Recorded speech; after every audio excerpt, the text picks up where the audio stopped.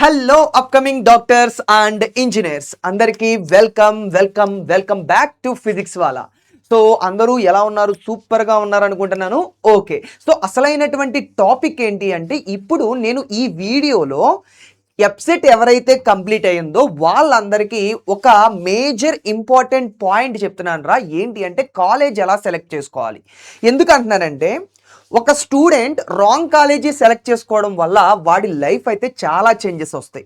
నువ్వు counselling process వెళ్ళేటప్పుడు కూడా చాలా జాగ్రత్తగా వెళ్ళాలమ్మా. ఒక బీటెక్ కాలేజీ నువ్వు సెలెక్ట్ చేసుకోవాలి అనుకుంటున్నావు, జాయిన్ అవ్వాలి అనుకుంటున్నావు. సో అలాగా జాయిన్ అవ్వాలి అంటే ముందు కౌన్సిలింగ్ ప్రాసెస్ చాలా పర్ఫెక్ట్గా చూసుకోవాలి. దానితో పాటుగా ఇంకా నీకు ఆ కాలేజీని ఎలా సెలెక్ట్ చేసుకోవాలి అనేది కూడా తెలియాలి.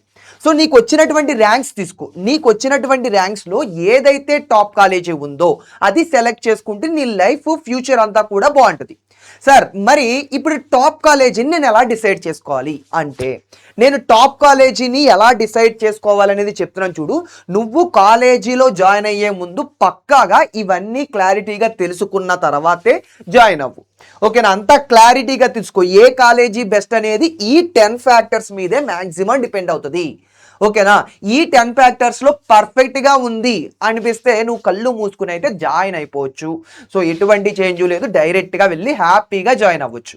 బట్ వీటిలో ఎక్కడైనా నీకు ప్రాబ్లమ్స్ ఫేస్ చేస్తున్నావు అంటే ఒక్కసారి ఆలోచించు. నీ ర్యాంక్కి ఇంకా ఏమైనా టాప్ కాలేజెస్ పాసిబుల్ అవుతాయా అనేది ఒకసారి చూసుకో. ఓకేనా? సో ఏంటి ఈ ఫ్యాక్టర్స్ అంటే, ఖచ్చితంగా చెప్పాల్సింది ఫస్ట్ దేంట్లోనైనా ఒక కాలేజీకి మెయిన్ ఏంటి ఇంపార్టెన్స్? Academic standards. అంటే నీకు అక్కడికి వెళ్ళిన తర్వాత ఫ్యాకల్టీ ఎలా టీచ్ చేస్తున్నారు, ఓకేనా? సో ఎగ్జామ్స్ ఎలా కండక్ట్ చేస్తారు, ఫ్యాకల్టీ ఎలా టీచ్ చేస్తారు, ప్రతి సబ్జెక్టు ఎలా ఉంటుంది, ఇది ఎవరి దగ్గర నుంచి తెలుసుకోవాలనుకున్నావు? నువ్వు ఏ కాలేజీలో అయితే జాయిన్ అవ్వాలనుకుంటున్నావో ఆ పర్టికులర్ కాలేజీ యొక్క సీనియర్స్ని అడుగు. వాళ్ళ సీనియర్స్ని కానీ సూపర్ సీనియర్స్ కానీ ఎవరైతే ఆ పర్టికులర్ కాలేజీలో చదువుతున్నారో వాళ్ళు చెప్పేస్తారు నీకు ఫ్యాకల్టీ ఎలా చెప్తున్నారు, ఏ విధంగా టీచ్ చేస్తున్నారు అన్నీ కూడా డీటెయిల్స్ వాళ్ళు చెప్పేస్తారు. ఓకేనా? ప్రాజెక్ట్స్ ఏమైనా ఉండాలి అంటే ప్రాజెక్ట్స్ రిలేటెడ్గా కానీ పూర్తి డీటెయిల్స్ అన్నీ కూడా నువ్వు ఒక్కసారి అక్కడ చదివేటువంటి సీనియర్స్ని కానీ సూపర్ సీనియర్స్ని కానీ అడుగు. మీ సీనియర్స్ సూపర్ సీనియర్స్ అంటే BTech second year third year చదివే వాళ్ళు లేదు ఫోర్త్ ఇయర్ చదివే వాళ్ళని అడుగు. తెలుసుకో ఎలా ఉంటుంది ఏంటి అనే పరిస్థితి ఎలా ఉంటుంది, అకాడమిక్ స్టాండర్డ్స్ ఎలా ఉంటాయి అనేది ఫస్ట్ చూసుకోవాల్సింది అదిరా. ఫ్యాకల్టీ ఎలా టీచ్ చేస్తున్నారు అనేది నీకు క్లారిటీగా తెలియాలి. దాని తర్వాత హైయెస్ట్ ప్యాకేజ్ అంటే నువ్వు కాలేజీని డిసైడ్ చేసుకునే ముందు ఈ పార్ట్ అనేది చాలా జాగ్రత్తగా చూసుకో. Highest package, placement percentage. ఎందుకు ఈ రెండు ఇంపార్టెంట్ అంటున్నానంటే, నువ్వు 4 ఇయర్స్ బీటెక్ చదివేస్తావు. సో 4 ఇయర్స్ తర్వాత ఎలా ఉంటుంది నీ పరిస్థితి అనేది దేన్ని బేస్ చేసి తెలుస్తుంది అంటే ఈ రెండింటిని బేస్ చేసే. ప్రజెంట్ నువ్వు చదవాలి అనుకుంటున్నటువంటి కాలేజీలో హైయెస్ట్ ప్యాకేజ్ ఎంతవరకు ఉంది అంటే, కొన్ని కాలేజీలు తీసుకున్నాం అనుకోరా, లైక్ వెళ్తాయి. కొన్ని కాలేజీల్లో 10 LPA హైయెస్ట్ అవ్వచ్చు, కొన్ని కాలేజీలో 30 LPA అవ్వచ్చు, కొన్ని కాలేజీలో 50 LPA అవ్వచ్చు. సో నువ్వు తీసుకుంటున్నటువంటి కాలేజీలో ఓకేనా ఎంత హైయెస్ట్ ప్యాకేజ్ అనేది వచ్చింది, లైక్ 2025లో ఎంత వచ్చింది, 2024లో ఎంత వచ్చింది, అసలు హైయెస్ట్ ప్యాకేజ్ ఎంత వస్తుంది, యావరేజ్ ప్యాకేజ్ కూడా ఎంత వస్తుందో చూసుకోవాలి. So highest package, average package కొద్దిగా మంచిగా ఉన్నాయనుకో, రిమైనింగ్ వాటితో కంపేర్ చేస్తే కొద్దిగా మంచిగా ఉన్నాయి అనుకో, అది మంచి కాలేజ్ అన్నట్టే తీసుకోవచ్చు. ఓకేనా? సో ఇక్కడ హైయెస్ట్ ప్యాకేజీని బేస్ చేసి డిసైడ్ అయిపోవచ్చా అమ్మ? నేను ఒకటే చెప్తున్నాను, హైయెస్ట్ ప్యాకేజీని బేస్ చేసి డిసైడ్ అవ్వచ్చు అంటే ఆ కాలేజీ బెస్ట్. నీకు ఆ కాలేజీలో హైయెస్ట్ ప్యాకేజ్ అంత రావాలని రూల్ లేదు. అది నీ స్కిల్ని బేస్ చేసి ఉంటుంది ఫస్ట్ ఆఫ్ ఆల్. ఓకేనా? అది నీ స్కిల్ని బేస్ చేసి ఉంటుంది. ఓకేనా? సో జాగ్రత్తగా చూసుకో. ఆ హైయెస్ట్ ప్యాకేజ్, ప్లేస్మెంట్ పర్సంటేజ్లు కూడా చూసుకోవాలి. హైయెస్ట్ ప్యాకేజ్, యావరేజ్ ప్యాకేజ్ ఎంత మంచిగా ఉంటే ఆ కాలేజీ అంత మంచిగా ఉన్నట్టు. అండ్ ప్లేస్మెంట్ పర్సంటేజ్ అంటే ఏంటి? ప్లేస్మెంట్ పర్సంటేజ్ అంటే, ఇప్పుడు నువ్వు ఆ పర్టికులర్ కాలేజీలో 100 మంది చదువుతున్నారు అనుకో, ఆ 100 మందిలో ఎంతమందికి జాబ్లు వచ్చాయి? ఓకేనా? ఆ 100 మందిలో మొత్తం 100కు 100 వచ్చేసినాయా, లేదు 100లో 50 మందికి వచ్చినాయా, 30 మందికి వచ్చినాయా, 70 మందికి వచ్చినాయా? సో ఎంతమందికి నీకు అలాగా ప్లేస్మెంట్లో మంచి క్వాలిఫై అయ్యారు అంటే పెద్ద పెద్ద కంపెనీల్లో ఎంతమంది క్వాలిఫై అయ్యారు? సో అవుట్ ఆఫ్ 100 ఎంతమంది క్వాలిఫై అయ్యారు అనేది చూసుకోవాలి. లేదు నువ్వు ఏ బ్రాంచ్ తీసుకుంటున్నావు, లైక్ సిఎస్సి తీసుకోవాలనుకున్నావు, సో సిఎస్సి బ్రాంచ్లో కన్సిడర్ చేసుకో. సో సిఎస్సి బ్రాంచ్లో ఎంతమంది క్వాలిఫైడ్ అవుతున్నారు, రిక్రూటర్ అవుతున్నారు అంటే నీకు పెద్ద పెద్ద కంపెనీలకి ఎంతమంది వెళ్తున్నారు, లేదు దాని తర్వాత ఎంటెక్ చేయడానికి కానీ టాప్ కాలేజెస్లో ఎంతమంది సెలెక్ట్ అవుతున్నారు, ఈ డీటెయిల్స్ అన్నీ కూడా క్లారిటీగా తెలుసుకోవాలి. సో ప్లేస్మెంట్ పర్సెంటేజ్ నీకు ఎంత మంచిగా ఉంటే నువ్వు అంత సేఫ్ జోన్లో ఉన్నట్టు. ఓకేనా, హైయెస్ట్ ప్యాకేజ్ ఎంత పెద్దగా ఉంటే ఆ కాలేజీ అంత బెస్ట్ రిక్రూటర్స్ని తీసుకొస్తుంది. నీకు దమ్ము ఉంటే నువ్వు కొట్టచ్చు. ఓకేనా, కొన్ని కాలేజీలు ఏంటంటే పెద్దగా ప్యాకేజీలు ఇచ్చేటువంటి రిక్రూటర్స్ తీసుకురాపోవచ్చు. సో అలాంటప్పుడు ఏంటి, నీకు అంత ఆపర్చునిటీ లేనప్పుడు ఆపర్చునిటీ ఉండదు. సో బట్ నీకు హైయెస్ట్ ప్యాకేజీ ఇచ్చేటువంటి రిక్రూటర్స్ని ఆ కాలేజీ తీసుకొచ్చింది అనుకో, నీకు ఒక ఛాన్స్ ఉంది, ఆపర్చునిటీ ఉంది క్రాక్ చేయడానికి. పెద్ద ప్యాకేజీలు క్రాక్ చేయడానికి నీకు ఒక ఆపర్చునిటీ ఉంటుంది. సో అది జాగ్రత్తగా చూసుకోవాలమ్మా. సో నువ్వు ఒక కాలేజీని సెలెక్ట్ చేయాలి అంటే ఈ మూడే బాగా ఇంపార్టెంట్. సో అన్నిటికన్నా ఈ మూడు బాగా ఇంపార్టెంట్. సో దాని తర్వాత రిక్రూటర్స్ చూసుకోవాలి, ఎందుకంటే ఏ ఏ కంపెనీల్లోంచి రిక్రూటర్స్ వస్తున్నారో చూసుకోవాలి. ఎందుకంటున్నానంటే కొన్ని ఎంఎన్సీ కంపెనీస్ ఉంటాయి. సో ఆ ఎంఎన్సీ కంపెనీల్లో నీకు వర్క్ ఫ్లో అనేది చాలా బాగుంటుంది కొలీగ్స్తో కానీ.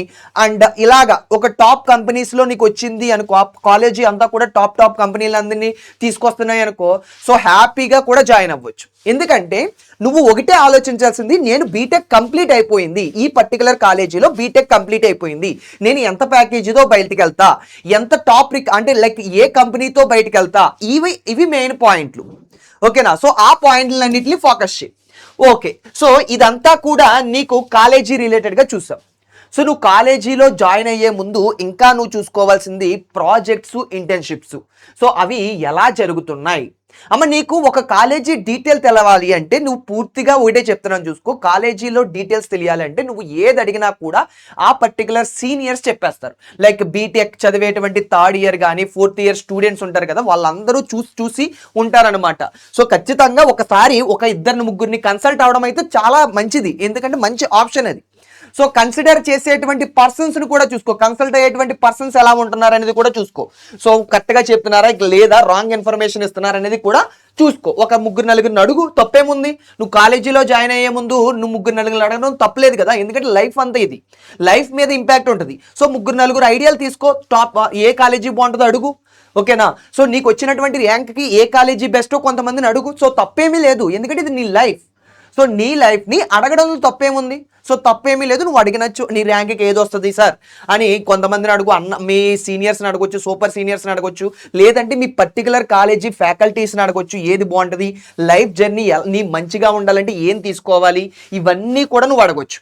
ఓకే, నీకు ఏ చిన్న ప్రాబ్లం ఉన్నా కూడా నీకు కామెంట్ చేసి చూద్దాం, ఏమేం ప్రాబ్లమ్స్ ఎక్కువ మంది ఫేస్ చేస్తున్నారో చూద్దాం. సో నీకేమైనా ప్రాబ్లమ్స్ ఉంటే ఆ ప్రాబ్లమ్స్ని కూడా కింద కామెంట్ చేసి చూస్తా నేను కూడా. అండ్ ఇంకా వచ్చేటప్పటికి కాలేజ్ ఎన్విరాన్మెంట్ సేఫ్టీ. సో ఒకటి ఇక్కడ ఏంటంటే కొన్ని కాలేజెస్లో సేఫ్టీ పర్పస్లో ఏమైనా తగ్గుతాయేమో అని. అండ్ ఇంకా మెయిన్ ఇంపార్టెన్స్ గర్ల్స్ రిలేటెడ్గా చెప్తున్నానమ్మా. గర్ల్స్ జాయిన్ అయ్యేటప్పుడు కాలేజీ సేఫ్టీ చూసుకోవడం కూడా చాలా ఇంపార్టెంట్. ఓకేనా, సో ఇక్కడ ఇవన్నీ ఓకే, బట్ గర్ల్స్ రిలేటెడ్గా అయితే ఈ ఫ్యాక్టర్ కూడా చాలా ఇంపార్టెంట్. కాలేజీ సేఫ్టీ ఎలా ఉంటుంది, సో ఎలా ఉంటుంది అనేది వన్ ఆఫ్ ద క్రైటీరియా. మీకు ఒక్కసారి అయితే అది కూడా చూసుకోండిరా. ఓకేనా, కాలేజీ సేఫ్టీ పర్పస్ ఎలా ఉంటుంది, ఎన్విరాన్మెంట్ ఎలా ఉంటుంది, కాలేజ్ ఎన్విరాన్మెంట్ లైక్ ర్యాగింగ్లు కానీ ఇలాంటివి ఏమన్నా చేస్తున్నారా, సీనియర్స్ ఇబ్బంది పెడతారా, ఈ డీటెయిల్స్ అన్ని ముందే కనుక్కోవడం బెస్ట్. ఓకేనా, ఇది జరగదు, ఎక్కడా కూడా జరగదు, బట్ ముందు కనుక్కోవడం బెస్ట్ అది. ఓకేనా, సో అదొకటి చూసుకోండి. ఇన్ కేస్ ఎవరైనా హాస్టల్లో జాయిన్ అవుతే హాస్టల్ ఎన్విరాన్మెంట్ ఎలా ఉంటుంది అంటే ఫుడ్ ప్రకారంగా కానీ, లైక్ ఫుడ్ కానీ, స్టడీ అవర్స్ కానీ, లైక్ ఫుడ్ బాగానే ఉండాలి. ఫుడ్ బాగోకపోతే అసలు ఇంకెందుకు, చదవడం మీద ఫోకస్ తగ్గిపోద్ది. గేమ్స్ ఎలాగుంటున్నాయి హాస్టల్స్లో లేదు. నెక్స్ట్ ఇంకేంటి, మనకి ఉండేటువంటి స్టడీ ఎన్విరాన్మెంట్ ఎలా ఉంటుంది హాస్టల్లో, ఈ డీటెయిల్స్ అన్ని ఎవరైతే హాస్టల్లో జాయిన్ అవుతారో వాళ్ళందరూ కూడా తెలుసుకోవాలి. దాని తర్వాత ఏమైనా ఎన్సీసీలు, ఎన్ఎస్ఎస్లు ఉంటే కూడా నీకు చాలా హెల్ప్ అవుతుంది ఫ్యూచర్లో. అంటే నీకు ఎప్పుడైనా ఒకటి గుర్తుపెట్టుకోరా, నీకు సర్టిఫికెట్ వచ్చిందా అది నీకు హెల్ప్ అవుతుంది. ఏదో ఒక రోజు హెల్ప్ అవ్వచ్చు. ఒక చోట ఉంది అనుకో సర్టిఫికెట్, ఏదో టైంలో నీకు వేరే వాడికి కంపేర్ చేసినప్పుడు నిన్ను ఈ సర్టిఫికెటే కాపాడొచ్చు. సో అలాగా ఎప్పుడైతే అప్పుడు కుదిరితే సర్టిఫికెట్ ఉందనుకో గొడవ ఉండదు. సో అలాగే ఎన్సీసీ, ఎన్ఎస్ఎస్ సర్టిఫికెట్స్ ఉంటే నీకు రేపటి రోజున హెల్ప్ అయ్యేటువంటి ఛాన్సెస్ కూడా ఉంది. సో అది కూడా ఆలోచించు. అండ్ లైబ్రరీ చూసుకో.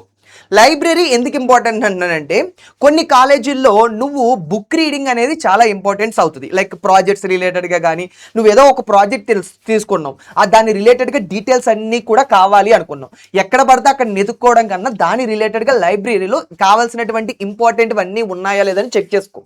సో లైబ్రరీ ఎన్విరాన్మెంట్ కూడా చాలా బాగుండాలి. లైబ్రరీలో నీకు మ్యాక్సిమం కావాల్సినటువంటి బుక్స్ అన్నీ కూడా అవైలబుల్గా ఉన్నాయి అనుకో, నీ జర్నీ అంతా కూడా చాలా స్పీడ్గా వెళ్తుంది. ఓకేనా, నీ జర్నీ అంతా కూడా చాలా స్పీడ్గా వెళ్తుంది. సో అలాగా ఒక కాలేజీ సెలెక్ట్ చేసేటప్పుడు లైబ్రరీ అనేది కూడా ఇంపార్టెంట్. ఎందుకంటే నువ్వు జాయిన్ అయిన తర్వాత నీకు ఫ్లో అనేది బాగుంటుంది, స్టడీ ఫ్లో అనేది బాగుంటుంది. ఏ బుక్ కావాలంటే ఆ బుక్ లైబ్రరీలో చదువుకోవచ్చు, మళ్ళీ రిటర్న్ చేయొచ్చు, మళ్ళీ లైబ్రరీలో చదువుకోవచ్చు, రిటర్న్ చేసుకోవచ్చు. అలాగా నీకు కావాల్సినంత ఫ్లో, స్టడీ ఫ్లో అనేది బాగుంటుంది. అండ్ ఇంకా నువ్వు అబ్జర్వ్ చేసుకుంటే నీ ఐడియాస్కి, థాట్స్కి ఇంపార్టెన్స్ ఇచ్చే విధంగా ఇంక్యుబేషన్ సెంటర్ కూడా ఉంటే బాగుంటుందిరా. సో ఇవి నీకు మనకు మేజర్గా ఒక కాలేజీలో స్టూడెంట్ జాయిన్ అయ్యే ముందు చూసుకోవాల్సినటువంటి మెయిన్ ఫ్యాక్టర్స్. సో నీకు ఇవన్నీ కూడా పర్ఫెక్ట్గా అనిపించేటువంటి కాలేజీ ఏదైతే ఉందో, నీ ర్యాంక్కి ఏదైతే బెస్ట్ కాలేజీ ఉందో అది నువ్వు సెలెక్ట్ చేసుకుంటే నీ లైఫ్ జర్నీ అంతా కూడా బాగుంటుంది. అండ్ ఇది కుదిరితే ఈ వీడియో మిగతా మీ ఫ్రెండ్స్కి కూడా షేర్ చేయండి. ఎందుకంటున్నానంటే వాళ్ళకి కూడా ఈ వీడియో అనేది హెల్ప్ అవ్వచ్చు. సో కాలేజ్ ఎలా సెలెక్ట్ చేసుకోవాలి అనేది హెల్ప్ అవ్వచ్చు. ఓకేనా, ఒక్కసారి అయితే ఇది ఆలోచించండి. ఓకే, ఎనీవే మొత్తం అందరికీ కూడా ఆల్ ది బెస్ట్ అమ్మా, all the best for your future journey.